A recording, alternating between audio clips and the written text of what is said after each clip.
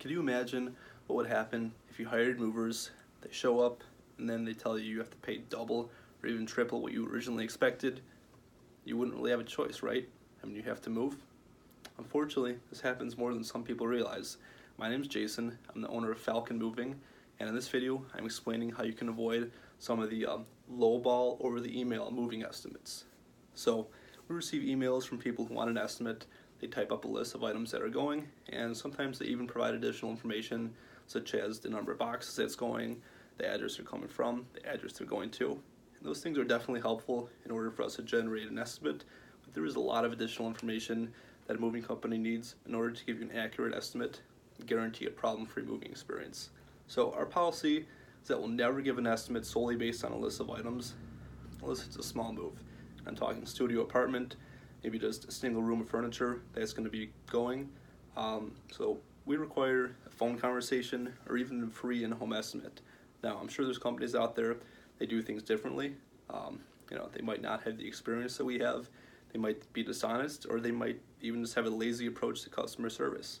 But the way that it works in most cases is that movers who are licensed in Illinois, which means that they're following the law and there's consequences if they don't, it's that they're required to charge by the hour. Now, this is most cases.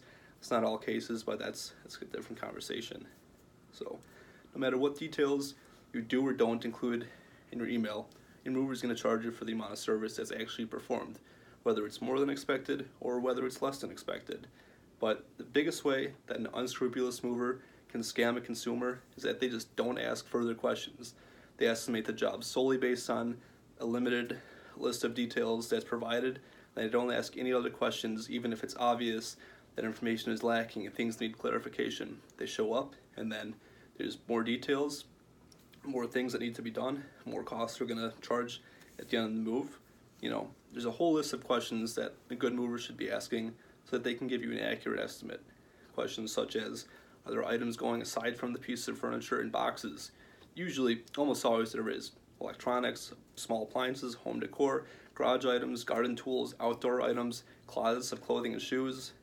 Is your bed just a mattress and box spring, or is it shipped from IKEA and there's 72 screws that need to be taken out for it to be disassembled? Is there anything glass? Does anything have removable shelves? Is there hardwood floor, stairs, and banisters that need to be covered up? Is there an elevator? Are we sharing it with other residents in the building? So when you have a conversation with the mover in home or over the phone, there's really three main benefits that's provided to the customer. The first one is that you're going to spend less money on a job that's run efficiently than you would on a job that's coordinated inefficiently. If you get two guys for a three-man job, after a certain point of time, you're going to be paying more money for less work to be done per hour because the movers are tired, and on top of that, they're more likely to damage the items. And in addition to that, if you're willing to do a little bit of the work yourself, to kind of help cut down on the costs, this conversation will be really beneficial, and the movers can kind of explain, what are the small little tedious tasks that you can do that will make the move go quicker, help you save a little bit of money, and obviously the most important thing is that your move is going to go smoothly. You're not going to have to pay more than expected, you're not going to stay up all night while your move is in progress, and a stressful experience isn't going to become a more stressful experience. So remember, if you need an estimate for movers, make sure you get a conversation over the phone or even schedule an in-home estimate. It's the best way to have a good move.